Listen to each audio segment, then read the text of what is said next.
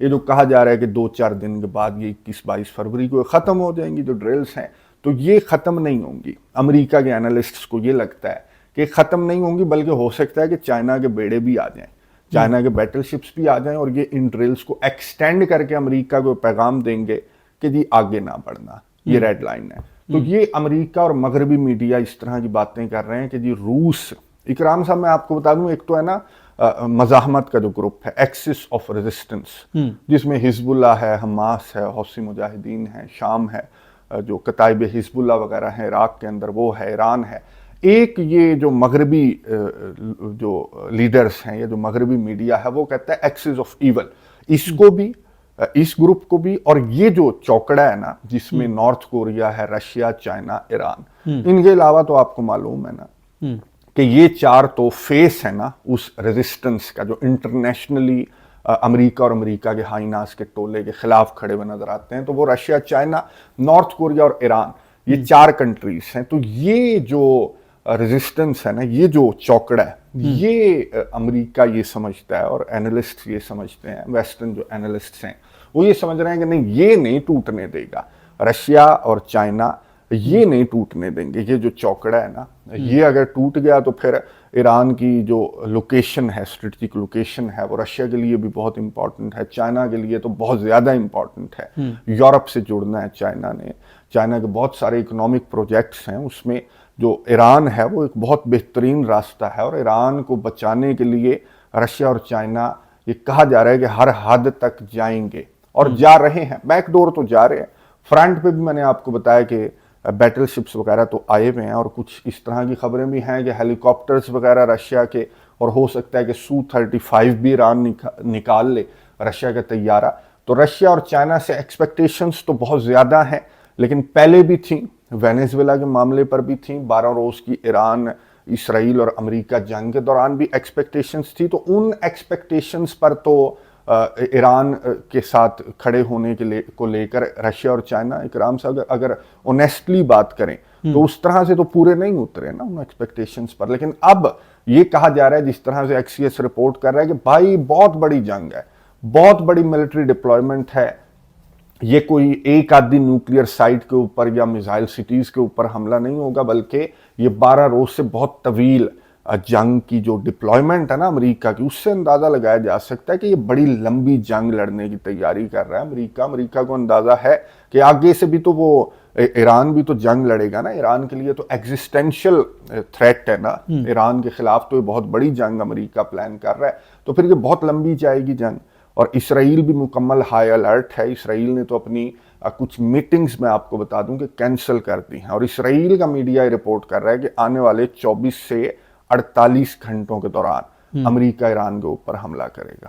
فیضان صاحب، مسلم ممالک بڑھ چڑھ کر جو ہے وہ کردار ادا کرنے کی کوششیں کر رہے تھے جنگ بندی کے والے سے، وہ کہاں پہ ہیں تمام ممالک؟ مسلمان ممالک جو جنگ بندی کے لیے کردار ادا کر رہے تھے نا، وہ اس وقت واشنگٹن ڈی سی کے اندر ڈونلڈ ٹرمپ کے ساتھ اکرام صاحب بیٹھنے والے ہیں. اس وقت جب ہم ویڈیو ریکارڈ کر رہے ہیں تو چند گھنٹوں کے بعد یوں کہہ لیں کہ بورڈ آف پیس کا اجلاس جو ہے وہ سٹارٹ ہو جائے گا.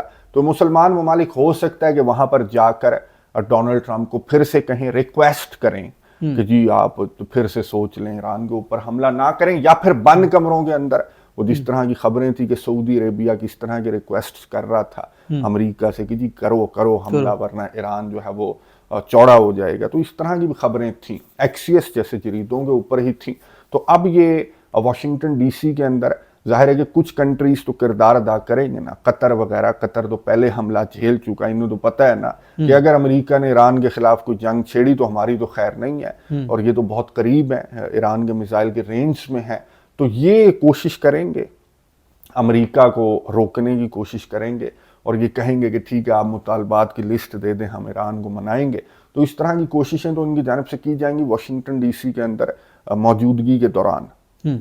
فیضان صاحب، وہاں پہ آج ملاقات ہوگی تھی، اس ملاقات کے حوالے سے یہ جو ابھی بورڈ آف پیس ہے، کتنے ممالک نے ڈینائی کیا ہے، کتنے ممالک اس میں شامل ہو رہے ہیں، اور اس کے بارے میں تھوڑا سا بتائیے گا. اچھا، یہ اکرام صاحب ہم بات کر رہے تھے گزشتہ ویڈیوز کے اندر بھی، میں ایک لسٹ دکھا دیتا ہوں. یہ لسٹ جو ہے، اس میں جو پہلی لائن اکرام صاحب ویورز کو نظر آ رہی ہے نا، یہ 22 کنٹریز ہیں. یہ وہ 22 کنٹریز ہیں جنہوں نے ڈونلڈ ٹرمپ کا جو انویٹیشن ہے 19 نے تو جھٹ کر کے ایکسیپٹ کر لیا تھا انکلوڈنگ یور کنٹری پاکستان، تو باقی جو ہیں وہ ایک ایک کر کے آ گئے، اور اس ایک ایک کر کے آنے والوں میں اسرائیل بھی ہے۔ تو اب یہ 22 کنٹریز ہیں جنہوں نے مکمل ایکسیپٹ کر لیا، ڈونلڈ ٹرمپ کے بورڈ آف پیس کو جوائن کر لیا۔ اگلی جو لائن ہے نا اکرام صاحب، یہ ہے 28 کنٹریز۔ یہ وہ 28 کنٹریز ہیں جنہیں انویٹیشن تو مل چکا، لیکن انہوں نے ابھی اس کو رپلائی نہیں کیا، ابھی یہ سوچ رہے ہیں۔ اس میں رشیا بھی ہے، یوکرین بھی ہے، رشیا اور یوکرین بھی سوچ رہے ہیں کہ ہاں جی جوائن کریں یا نہ کریں، انڈیا بھی ہے اس کے اندر، وہ بھی سوچ رہا ہے کہ جوائن کریں یا نہ کریں۔ اس سے آگے ایک ملک ہے کینیڈا، یہ وہ ملک ہے جس کو انویٹیشن بھیجا گیا، پھر ڈونلڈ ٹرمپ واپس لے لیا، کھوپڑی گھومی اور اس نے واپس لے لیا۔ اس سے آگے ہیں سارے 14 کنٹریز، جو لاسٹ لائن ہے نا، یہ وہ 14 کنٹریز ہیں، اس میں یو کے بھی ہے، فرانس بھی ہے، جرمنی بھی ہے، گریس بھی ہے، تو یہ وہ 14 کنٹریز ہیں۔ اچھا، اس میں اٹلی کا نام بھی آپ کو نظر آ رہا ہے، لیکن خبریں یہ ہیں کہ اٹلی نے ایکسیپٹ کر لیا انویٹیشن، اور ایکسپیکٹ کیا جا رہا ہے کہ آج جو میٹنگ ہوگی تو اس میں 22 نہیں بلکہ 25 کنٹریز کے جو نمائندے ہیں وہ ڈونلڈ ٹرمپ کے ساتھ ٹیبل کے گرد ہمیں بیٹھے ہوئے نظر آئیں گے۔ اور سب سے بڑی خبر اکرام صاحب یہ ہے کہ اس ٹیبل کے گرد وزیر اعظم شہباز شریف بھی ہوں گے، اور اسی ٹیبل کے گرد اسرائیل کا فورن منسٹر وہ بھی اسی ٹیبل کے گرد بیٹھا ہوا ہوگا۔ وزیر اعظم بھی نہیں جا رہا، جو صدر ہے وہ بھی نہیں جا رہا، لیکن فورن منسٹر کو بھیج رہے ہیں، اور فورن منسٹر یہاں پر مسلمان ممالک کے ساتھ بیٹھ کر غزہ بورڈ آف پیس کی پہلی میٹنگ ہے یہ، وہ جو پہلے ہوئی تھی وہ تو انوگرل سیریمنی تھی نا، سائننگ سیریمنی تھی، یہ پہلی میٹنگ ہے جس میں اسرائیل کا وزیر خارجہ جو ہے وہ مسلمان ممالک کے سربراہان کے ساتھ بیٹھ کر غزہ کی ریکنسٹرکشن پر یہ بات کرے گا۔ تو یہ مسلمان ممالک جو آپ سوال کر رہے ہیں نا کہ ان کا کیا کردار ہے، تو ان سے آپ کیا کردار ایکسپیکٹ کر رہے ہیں جن کا یہ اس قسم کا کردار ہے کہ آپ غزہ کی ریکنسٹرکشن کو لے کر اسرائیل کے فورن منسٹر کی موجودگی میں آپ اس ٹیبل کے اوپر بیٹھ جائیں گے، تو پھر تو ان کو تو بیٹھنا ہی نہیں چاہیے نا، یہ تو مذاق ہے نا۔ یہ غزہ کی ریکنسٹرکشن کو لے کر یا پھر پیس کا جہاں پر ورڈ آ جائے اور وہاں پر اسرائیل کا کوئی نمائندہ بیٹھا ہوا ہو، تو پھر آپ خود ہی اندازہ لگا سکتے ہیں کہ اس بورڈ آف پیس کا کیا کردار ہے اور مسلمان ممالک کا کیا کردار ہے۔ فیضان صاحب، اس بورڈ آف پیس میں اگر جو ہے وہ یہ بھی فیصلہ کیا جائے گا کہ جو مسلم ممالک کی جو فوجی ہیں وہ تعینات ہوں گی یا نہیں ہوں گی؟ اچھا، یہ آپ نے بڑا اچھا پوائنٹ اٹھایا، اور یہ انٹرنیشنل میڈیا رپورٹ کر رہا تھا کہ نہ صرف ریکنسٹرکشن کے حوالے سے $5 بلین جو ہیں وہ ڈونلڈ ٹرمپ کی جانب سے اناؤنس کیے جائیں گے۔ اب کون دے گا یہ تو خیر دیکھیں گے، میٹنگ کے بعد چند گھنٹوں کے بعد یہ اناؤنسمنٹ ڈونلڈ ٹرمپ کی جانب سے سامنے آ جائے گی۔ $5 بلین کی $1 بلین پر کنٹری لینا ہے ڈونلڈ ٹرمپ نے پرماننٹ ممبرشپ کے لیے، جو ہے وہ ڈونلڈ ٹرمپ بڑا مال شال اکٹھا کرے گا، اس میں سے کچھ یہ ریکنسٹرکشن پر لگا دے گا، باقی یہ پتہ نہیں کیا کرے گا، کرپٹو شرپٹو میں لگا دے گا۔ بہرحال دوسری جو اس کے اندر جو ڈسکس ہونا ہے نا، تو وہ ایکسپیکٹ کیا جانا چاہیے کہ جو پیس کیپنگ فورسز کے لیے ان کے حوالے سے کچھ بہت امپورٹنٹ اناؤنسمنٹس، کیونکہ ناموں کا انتظار کیا جا رہا ہے کہ کون ہوگا جو ڈیوٹی دے گا، جو حماس سے لڑے گا، جو حماس کو ڈسارم کرے گا، تو وہ نام بھی سر اس میٹنگ کے بعد سامنے آ جائیں گے۔ اس میٹنگ میں وہ ڈسکس کیا جا سکتا ہے؟ وہ ڈسکس ضرور کیا جائے گا۔ ایک پوائنٹ ایجنڈا تھا اس میٹنگ کا، لیکن خبریں اس طرح کی گردش کر رہی ہیں کہ یہ بھی شاید ڈسکس کیا جائے گا کہ کون سی فوجیں ہوں گی اور کون سی فوجوں پر اسرائیل کو اعتراض نہیں ہے، تو وہ فوجیں پھر غزہ کی پٹی کے اندر ڈپلوائے کی جائیں۔ فیضان صاحب، سننے میں آیا کہ پاکستانی فوج پر جو ہے اسرائیل کو کوئی تحفظات نہیں ہے، صرف ترکیہ کے اوپر ہیں۔ صرف ترکیہ کی فوج کے اوپر بھی اعتراضات ہیں، اور ترکیہ کے بیٹھنے پر بھی اعتراضات ہیں، اور ترکیہ کے بورڈ آف پیس کے اندر بیٹھنے پر، ترکیہ اور قطر کے بورڈ آف پیس کے اندر بیٹھنے پر اعتراضات ہیں، اور ترکیہ کی فوجوں پر اعتراضات ہیں۔ باقی کسی کنٹری کی فوج کی ڈپلائمنٹ انکلوڈنگ پاکستان، اسرائیل نے کوئی اعتراض نہیں اٹھایا۔ بورڈ آف پیس کے اندر پاکستان کی شمولیت پر بھی اسرائیل کو کوئی اعتراض نہیں ہے، صرف ترکیہ کی شمولیت پر اعتراض ہے۔ اور قطر کیونکہ یہ اسرائیل اس طرح کی بات کرتا ہے نا کہ جی حماس کو ہوسٹ کرتا ہے، تو حماس کو لے کر اس کو نرم گوشہ قطر کا، یہ اسرائیل یہ سمجھتا ہے کہ نرم گوشہ ہے حماس کو لے کر قطر کے دل میں، تو وہ قطر کے نام پر اس لیے اعتراض ہے۔ اور ترکیہ یہ سمجھتے ہیں کہ جی ترکیہ سلطنت عثمانیہ کو بحال کر رہا ہے اور ہمیں آہستہ آہستہ لپیٹ رہا ہے، شام تک پہنچ گیا ترکیہ، اور یہ صومالیہ کے اندر بھی ترکیہ پہنچ گیا، جہاں پر صومالی لینڈ کو قبضایا ہے اسرائیل نے اپنا تسلیم کیا سومالی لینڈ کو، تو وہاں پر سامنے ترکیہ نظر آ رہا ہے ان کو، تو ترکیہ پر ان کو بہت زیادہ کنسرنس ہیں. باقی ان کو کسی مسلم کنٹری سے کوئی کنسرن نہیں ہے. ہاں ترکیہ تو سیکنڈ نمبر پر ہے نا، نمبر 1 پر تو ایران ہے، اور ایران کا جو تھریٹ ہے وہ ایلیمینیٹ کرنے کے لیے امریکہ اور اسرائیل، یہ جو ہم نے پوری ویڈیو کے اندر ڈسکس کیا سر، آنے والے چند دن میں کہوں گا جیرلڈ آر فورڈ اور جو رشیا کے بیٹل شپس ہیں ان پر ڈیپینڈ کرے گا. آنے والے چند دن، یوں کہہ لیں گے نیکسٹ ویک، یہ ویکینڈ گزرنے کے بعد نیکسٹ ویک جو ہے نا وہ بڑا امپورٹنٹ ہوگا. امپورٹنٹ. بہت شکریہ فیضان صاحب، اپنی تفصیلات سے آگاہ کیا. ویورز، ہم نے مشرق وسطیٰ کی موجودہ صورتحال جو ہے وہ آپ کے ساتھ شیئر کی. آپ کو یہ ویلاگ کیسا لگا؟ کمنٹس کے ذریعے اپنی رائے کا ضرور اظہار کیجیے گا. اپنا بہت سارا خیال رکھیے گا، اور ہمارے یوٹیوب چینل کا بھی اللہ نگہبان.